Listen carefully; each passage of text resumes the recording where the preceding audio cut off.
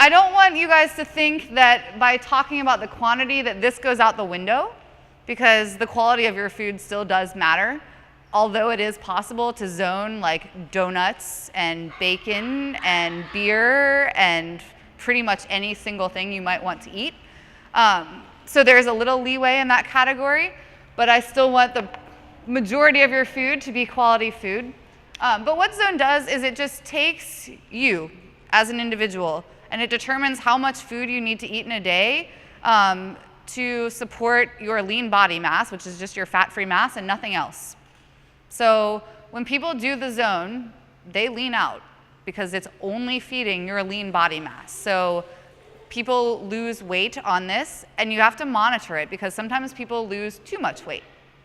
I got too lean when I was zoning, and performance started to suffer. So there are things that you need to watch. But to start as a baseline, there's a nutrition group, if you guys don't know, on Facebook, and in there there's a chart, and it gives you kind of a breakdown, male, female, and by body size.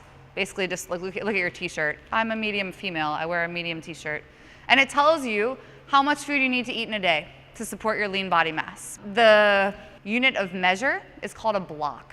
So it'll talk about how many blocks you need to eat in a day. Now, one block is a breakdown of 7 grams of protein, 9 grams of carbohydrates, and 3 grams of fat is one block.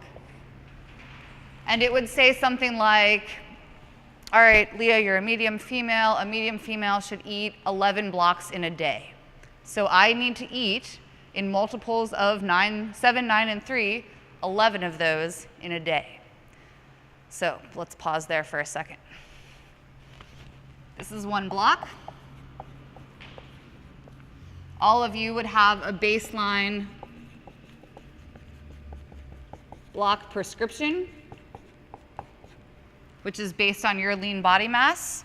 And then that number, let's say, for example, I'm 11 blocks. That's how many of these I eat in a day. And I divide it up really however I want. There's a couple rules. One, you can't have more than 5 blocks in a meal, so you can't just like save all of them and then go ape shit at night or whatever. And it needs to stay in this ratio. I mentioned earlier, when you eat, you should have protein, carbs, and fat at all of your meals. And this ratio is set up like that, such that you're eating protein, carbohydrates, and fat at every meal. So there are block charts. They're also linked on our Facebook page. And what it does is it takes every food, real food, whole food, and it breaks it down by its macronutrient and how much is equal to one block. So for example, chicken, 1 ounce of chicken is 1 block. For carbohydrates, an apple, half of an apple is 1 block. Fat, 3 measly little almonds is 1 block. So I could take my 11 blocks and my meals throughout the day, and I can divide them up. So let's say I want to have 3 blocks at breakfast, 3 blocks at lunch, and 4 blocks at dinner. That totals 10. So I've got 1 more I've got to eat during the day, and that can be a snack. I can put it really wherever I want. So let's say I like to have a snack before I go to bed. Total 11. Those are my blocks for the day.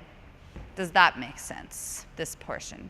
Now, the block prescriptions are anywhere from like 10 is the low end for like a small female up to a large male that's like highly active and tons of muscle, 25 blocks. So it's going to be some range in between 10 and 25.